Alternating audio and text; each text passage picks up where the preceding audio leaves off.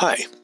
One of the greatest challenges that students face in thermodynamics is understanding how the many concepts relate. We have developed an exercise to help you organize your thermodynamics knowledge. Having organized knowledge can increase your understanding of thermodynamics as well as improve your ability to solve problems. The value of this exercise is in the thinking that you put in to complete the matrix. The finished product is less valuable than are your efforts to create it. Your objective should not be just to fill in the boxes, but rather to develop your understanding of thermodynamics. Let's take a look at the overview of the matrix. And what we have here are three ideal gas processes, assuming a fixed mass system, constant pressure, constant volume, and constant temperature. You should be familiar with these. And across the rows, in the second column, we relate pressure to volume, and similarly in column 3, we use the ideal gas law to relate temperature to volume. And with the information from this box, we can plot the pressure-volume relationship, and similarly with the information from column 3, you'll be able to plot the temperature-volume relationship. And finally, in the last column, we will use the definition of moving boundary work and the relationship of pressure to volume to provide an expression for that. So let's move ahead and work across this row here and illustrate how to do this. So here we're going to relate pressure to volume. So this one is quite simple in the sense that the process definition is that the pressure as a function of volume is just equal to a constant. So we really don't need to go any further mathematically. It's one of the simplest functions you can have. And we can then very easily move over to column 4 and plot this relationship. And we are all set there. From state 1 to state 2. And we are doing an expansion process, so we're moving from left to right.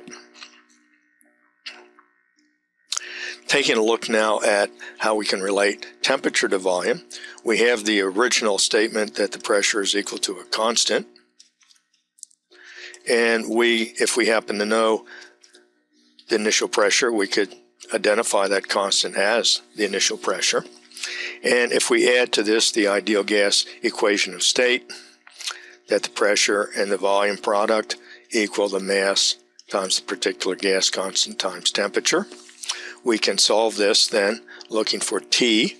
So we will solve that T is equal to P divided by the mass divided by the gas constant times the volume. So we have this linear relationship of temperature to volume with the pressure divided by the mass and the particular gas constant as the slope. So mathematically, we're looking at something that looks like this, where B is identified as our slope here, and we see that we have no intercept, so this is identically equal to 0. So our line of T versus V will pass through the origin. We can plot this relationship then in column 5.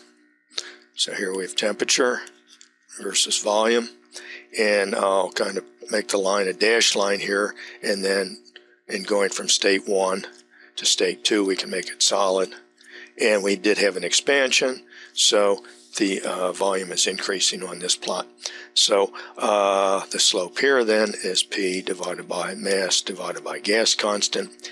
And if we were to execute a constant pressure process or expansion at a higher pressure level, we would then just be increasing that slope.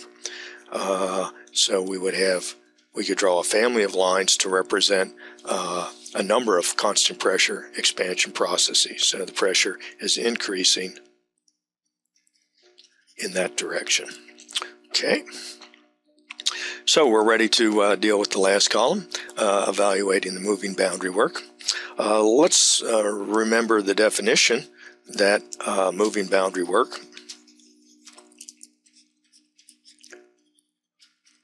for a reversible process, and all these processes are reversible, is defined as the integral of the pressure with respect to the volume. And this definition is that this is a positive quantity, that this would be worked out from the system to the surroundings. So here we go from state 1 to state 2. And for our process, the pressure is just equal to a constant, so we can pull that outside of the integral. So we have the pressure times the integral of the volume, and this would then be from the initial volume to the final volume. And it's hard to conceive of a more simple integral than that one. So we have now the pressure times V2 minus V1. And this is clearly a very easy and simple case, and maybe even deceptively simple. So what we have done is completed this entire row. And what I'd like you to do then is complete the matrix. And I suggest that you work down in columns so that you can see the relationship among the three processes. In a second video, we will discuss how to use this completed matrix to deepen your understanding of thermodynamics. So good luck and good skill with this one.